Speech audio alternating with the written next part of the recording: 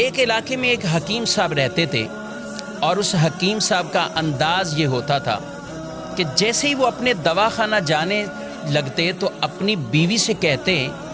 کہ آج کے دن تمہیں جو جو چیزیں درکار ہیں وہ ایک پرچے پر لکھ کر دے دو۔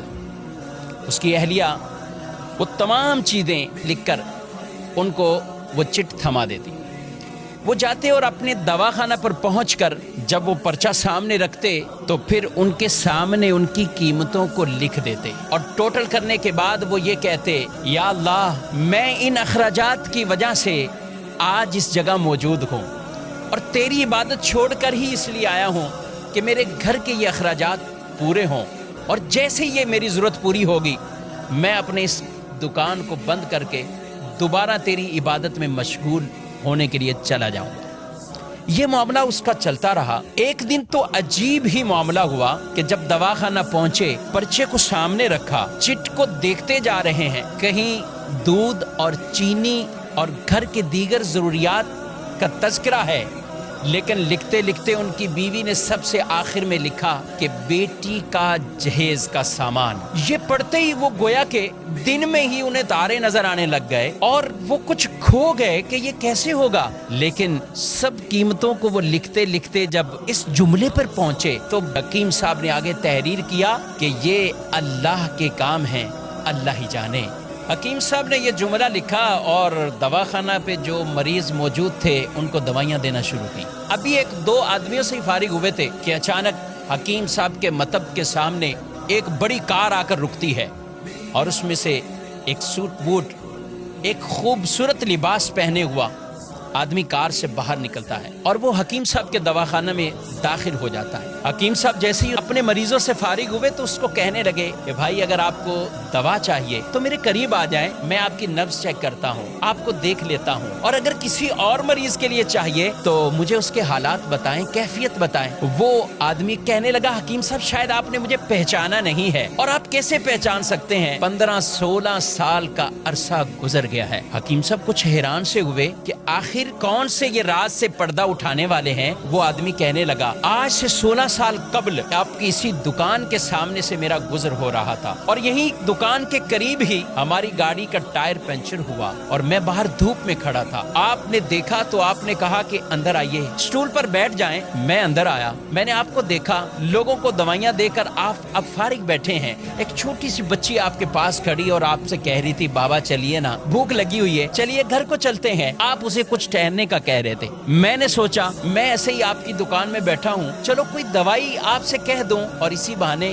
کچھ آپ کو رقم دے دوں۔ میں نے آپ سے کہا کہ حکیم صاحب ہماری شادی کو 6 سال ہو چکے ہیں، ہم 6 سال کے اندر ابھی تک اولاد کی نعمت سے محروم ہیں، بہت سی ادویات کا ہم نے استعمال کیا ہے، لیکن اب کچھ مایوسی سی ہو رہی ہے۔ آپ میری طرف متوجہ ہوئے اور آپ نے کہا بھائی اللہ کی رحمت سے نا امید نہیں ہونا چاہیے، اور دیکھو یہ دوائیاں جو کچھ بھی ہے جب اللہ چاہتا ہے تو ہی شفا ملتی ہے، جب اللہ کا حکم ہوتا ہے تو ہی ان دوائیوں کے اندر وہ اثر آتا ہے۔ آپ یہ باتیں بھی کرتے جا رہے تھے اور کچھ دوائیوں کی پڑیاں بھی آپ باندھتے جا رہے تھے۔ آپ کی گفتگو ختم ہوئی تو آپ نے مجھے 2 طرح کی دوائیاں میرے کھانے کے لیے، گھر والوں کے لیے دوائی دی، اور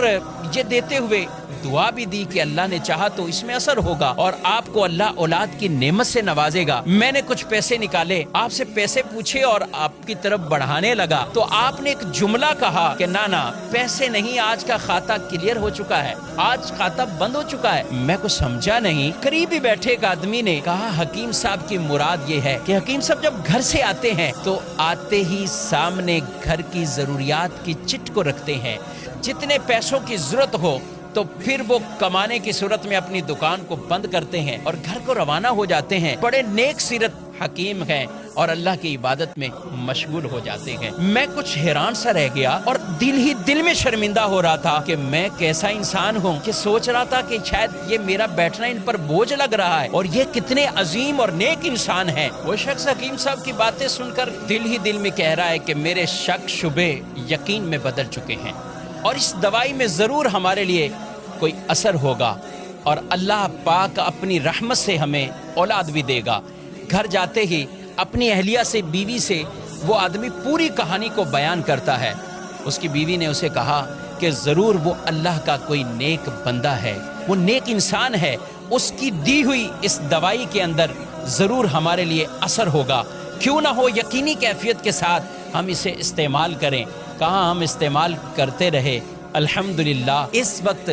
میں 3 بچوں کا والد ہوں اور یہ ہمارے لیے انتہائی خوشی کے لمحات ہیں۔ ہم آپ کو بہت دعاؤں میں یاد رکھتے ہیں اور جب بھی پاکستان آتا ہوں کوشش ہوتی کہ آپ سے ملاقات ہو جائے۔ آپ کے دواخانہ پہ جب بھی آیا ہوں پتہ یہی چلا ہے کہ آپ گھر کو جا چکے ہیں، اور کل ہی کسی نے بتایا حکیم صاحب کو ملنا ہے تو صبح 9 بجے آ جائیے۔ حکیم صاحب آج میں اسی وجہ سے 9 بجے ہی آ گیا ہوں، اور معاملہ یہ ہے کہ میں اور میری پوری فیملی ہم سارے انگلینڈ میں شفٹ ہو چکے ہیں۔ میری ایک بہن اور ان کی ایک بیٹی جو کہ یہیں پاکستان میں رہتے ہیں، اور میں اپنی بھانجی کی شادی کے سلسلے میں پاکستان آیا ہوا تھا، اور اسی بھانجی کے تمام تر شادی کے اخراجات میں نے اپنے ذمہ راضی خوشی لیے تھے، اور میں اسی کی خریداری میں مصروف تھا۔